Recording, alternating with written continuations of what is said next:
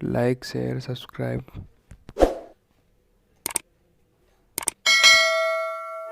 नमस्कार दोस्तों, आज सुनते हैं करवा चौथ की कथा। एक साहूकार के 7 लड़के और एक लड़की थी। सेठानी समेत उसकी सभी बहुओं और बेटी ने करवा चौथ का व्रत रखा। साहूकार के लड़के अपनी बहन से बहुत प्यार करते थे। साहूकार के लड़के जब भोजन करने लगे तो उन्होंने अपनी बहन से भोजन के लिए कहा। इस पर उनकी बहन ने जवाब दिया, भाई अभी चांद नहीं निकला है, चांद निकलने पर उसे अर्घ देकर ही मैं भोजन करूंगी। बहन की बात सुनकर भाइयों ने नगर के बाहर जाकर एक पहाड़ी पर अग्नि जला दी और छलनी ले जाकर उसमें से प्रकाश दिखाते हुए अपनी बहन से बोले, बहन चांद निकल आया है, अर्घ देकर भोजन कर लो। साहूकार की बेटी ने अपनी भाभियों से कहा, भाभी देखो चांद निकल आया है, आप भी अर्घ देकर भोजन कर लो। ननद की बात सुनकर भाभियां बोली, बाईसा ये तो आपका चांद है, हमारा चांद आने में अभी समय है। वह भूख से व्याकुल थी। वह चांद को अर्घ देकर भोजन करने बैठ गई। जैसे ही उसने पहला घास खाया उसे छींक आ गई। दूसरा घास खाते ही उसमें बाल निकल आया और तीसरा घास अभी खाने ही वाली थी कि उसके ससुराल से बुलावा आ गया कि पति बीमार है और जिस भी हाल में हो तुरंत ससुराल पहुँचे। उसे विदा करने के लिए माँ ने जब बक्से से कपड़े निकाले तो काले कपड़े मिले। दूसरी बार सभी कपड़े सफेद निकले। बेटी बोली, माँ तुम रहने दो, मैं चली जाती हूँ। माँ घबराकर बेटी से बोली, बेटी रास्ते में जो भी छोटा बड़ा कोई भी मिले सबके पैर पड़ती जाना। जो भी बूढ़ सुहागन होने का आशीर्वाद दे तो वहीं अपने पल्ले में गांठ बांध लेना। बेटी बोली, ठीक है, और वह अपने ससुराल के लिए चल दी।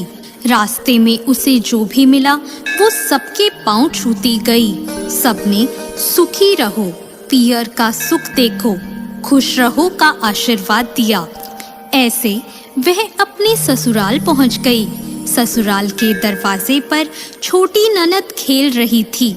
जब उसके पांव छुए तो उसने आशीर्वाद दिया, सदा सौभाग्यवती रहो, पुत्रवती रहो और बूढ़ सुहागन हो। यह सुनते ही उसने अपने पल्ले से गांठ बांध ली।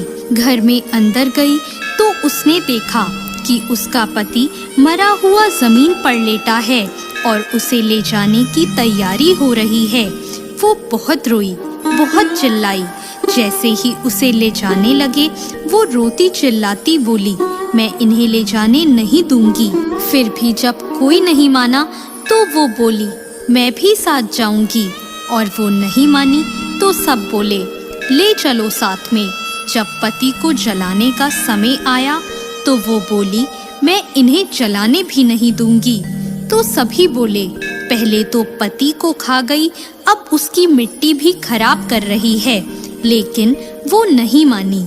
गांव के और परिवार के सभी बड़े लोगों ने यह निर्णय किया कि इसे यहीं रहने दो, इसके लिए एक झोपड़ी बनवा दो।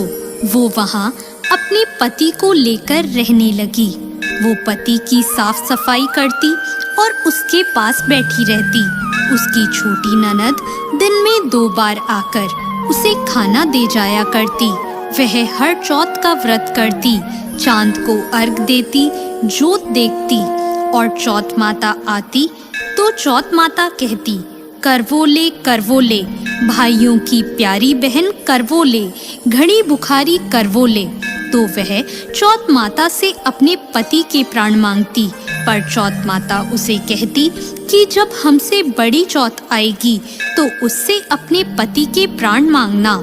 ऐसा करते करते सभी चौथ आई और सभी यही कहकर चली गई।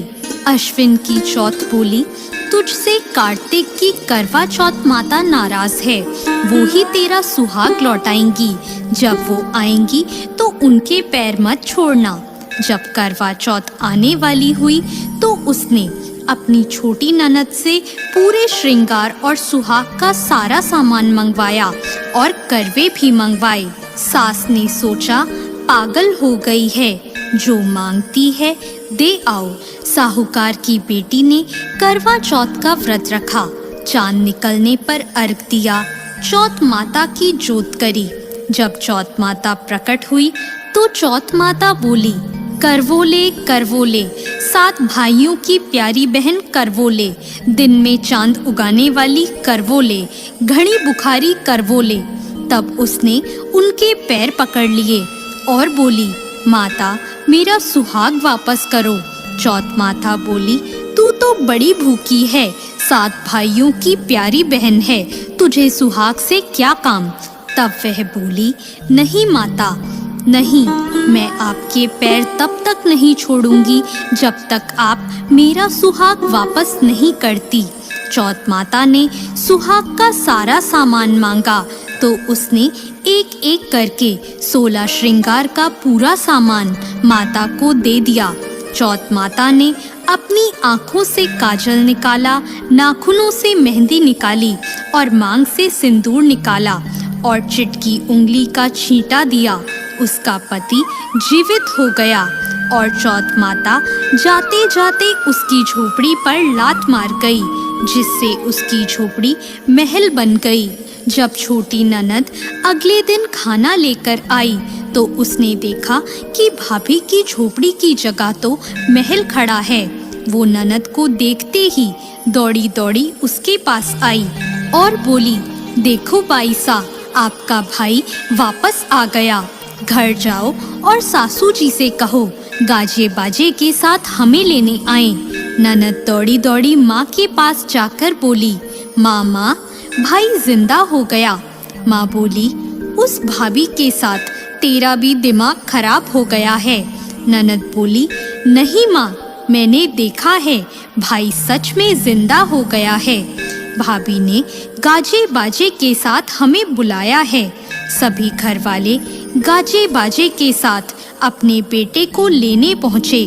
बेटे को जिंदा देखकर सास बहू के पैर छूने लगी और बहू सास के पैर छूने लगी। वो बोली, देखो माँ, आपका बेटा वापस आ गया। सास बोली, मैंने तो साल भर पहले ही इसे अपने घर से भेज दिया था। वो तो तू ही थी जो इसे वापस लेकर आई है। हे चौथ माता, जैसे साहूकार की बेटी के साथ पहले किया वैसा किसी के साथ मत करना और बाद में जैसे उसे सुहाग दिया वैसे सबको देना और सभी पर अपनी कृपा बनाना। जय चौथ माता। धन्यवाद।